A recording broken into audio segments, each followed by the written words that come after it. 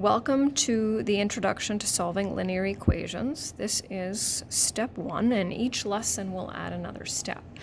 So as long as you understand the previous step, then when we just add one more step, then of course you'll be fine. So let's just take a look. This is the first time this semester that we've actually solved. We're now going to solve, which means finding out what the value of the variable is.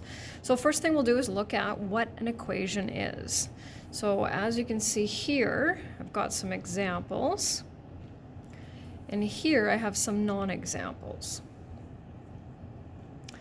It's kind of hard to get them all on the same screen. When we have an equation, we have a left side,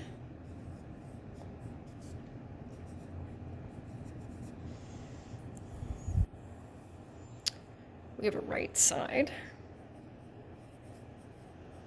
and we have an equal sign, and that's why we're able to solve. Up until this point, we have only had expressions. So these are now dealing with equations. So we'll just take a look at it, or look at these examples again. Each equation has a mixture of, what do we see there? So we can see variables. One variable for first semester. Variables. Take away the variables, what else do we have? Numerical coefficients, one of our newer words.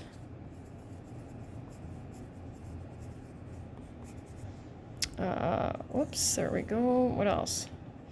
We have operations.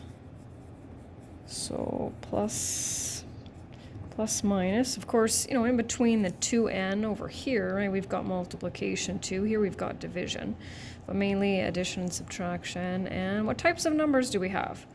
We have rational numbers. I'm going to take the shortcut for that one.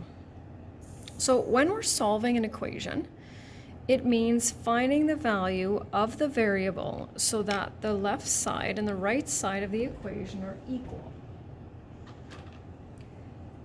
And when we solve equations, we have to make sure that both sides are kept balanced. And the important concept here is that whatever you do to one side, you have to do to the other, and that keeps it equal, keeps it balanced.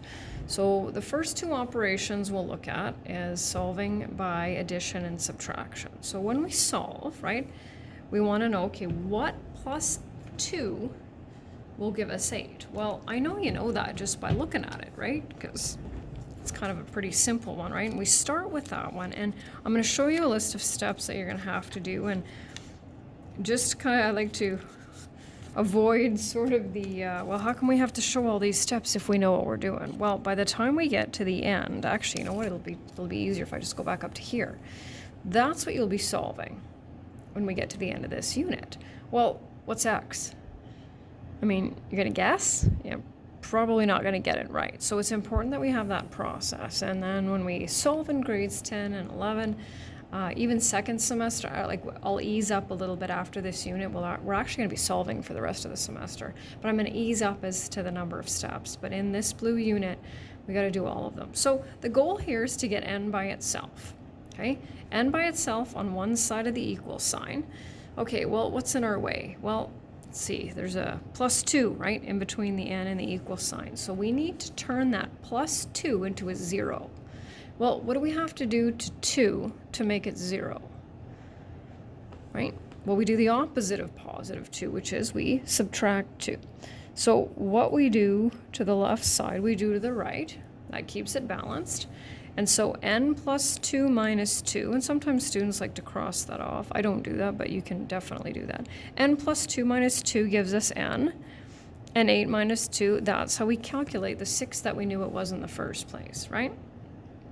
And so if you were going to prove that, and this is what I like about solving equations, is that you can know if your answer is correct or not, right? So I'm just going to give you a quick verification. We don't do this for all equations, but of course, if we rewrite it, but now we put the number in place, right? 8 equals 8. Yeah, we did it. And then the last thing we have to do with these, and it's a new concept, if you look at the instructions, it says put your final answer in solution set form. And so these are these, I'm going to say, neat looking sets of brackets, and anytime we solve we have to do that. And I guess the easiest way I can explain why is that by the time you get to grade 11, you're going to actually calculate some, you're going to do all the math correctly, but you're actually going to have to reject some answers. And that actually has to do with dividing by 0 without going too far ahead. So that's what we need to do. Okay, next one. I'm going to see if I can still keep this first one on there. Well, okay, now we got the negatives back. So, but we could still probably, right, fairly easily figure out what we'd have to add to 1 in order to get -7. But we need to be able to calculate that, right? So we need to get a by itself, right? And so how do we turn a 1 into a 0, right? Well, we minus 1, right? A equals -8, right? I told you we'd be dealing with integers all semester, didn't I? Yes, I did. And we're not going to verify them all, but on the quiz you can, if you have time, right? And same with the exam. Okay, so now we're dealing with, we've got x minus 4 equals 0. I'm sure you already know what it is. We need to get that x by itself. How do we turn a -4 into a 0? Well, we need to add 4. And notice that when we're adding or subtracting, right? Notice how these are the opposite, right? If we're going to add 4 to the left side, we have to add 4 to the right side, right?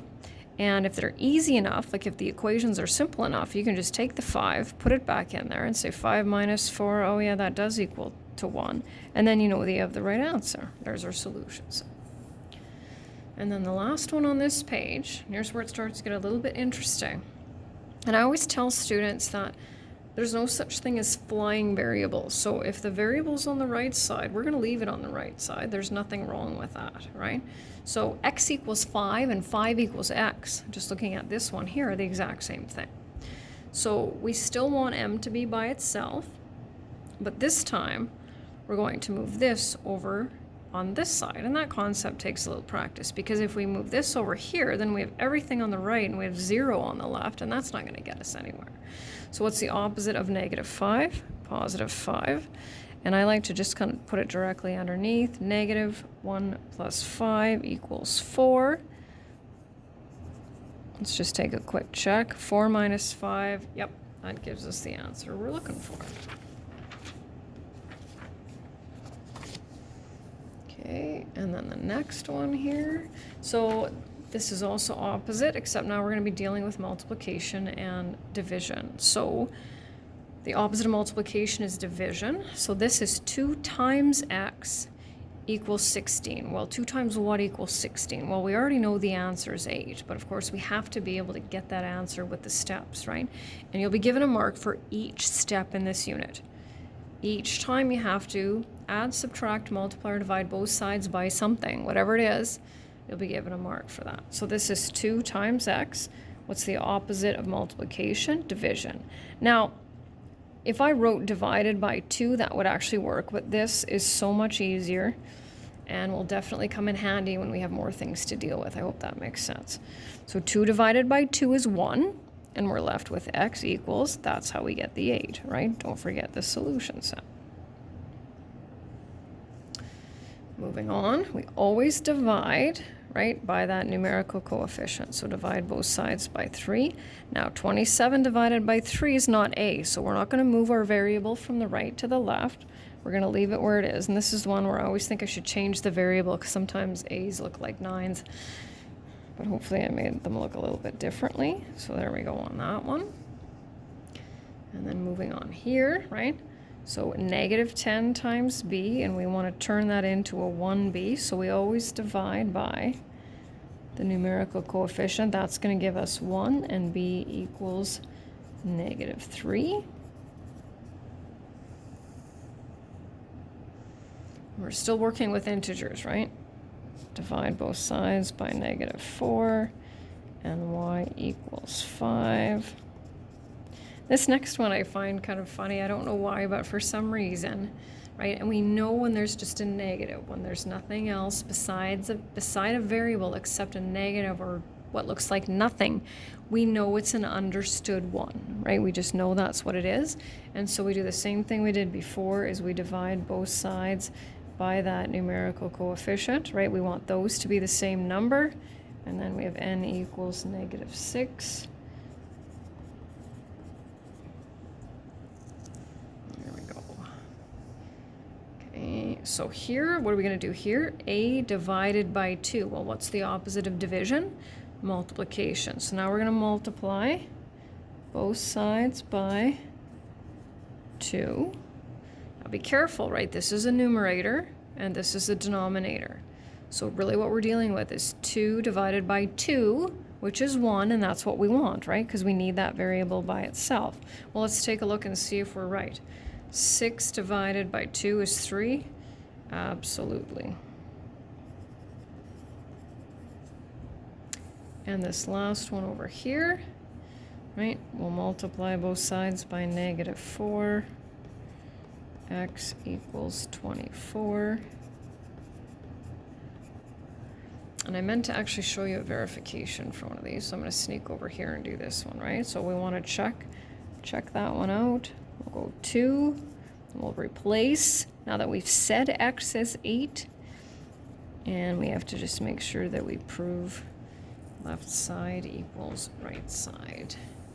And then this is the only lesson in which I'll use alg tiles.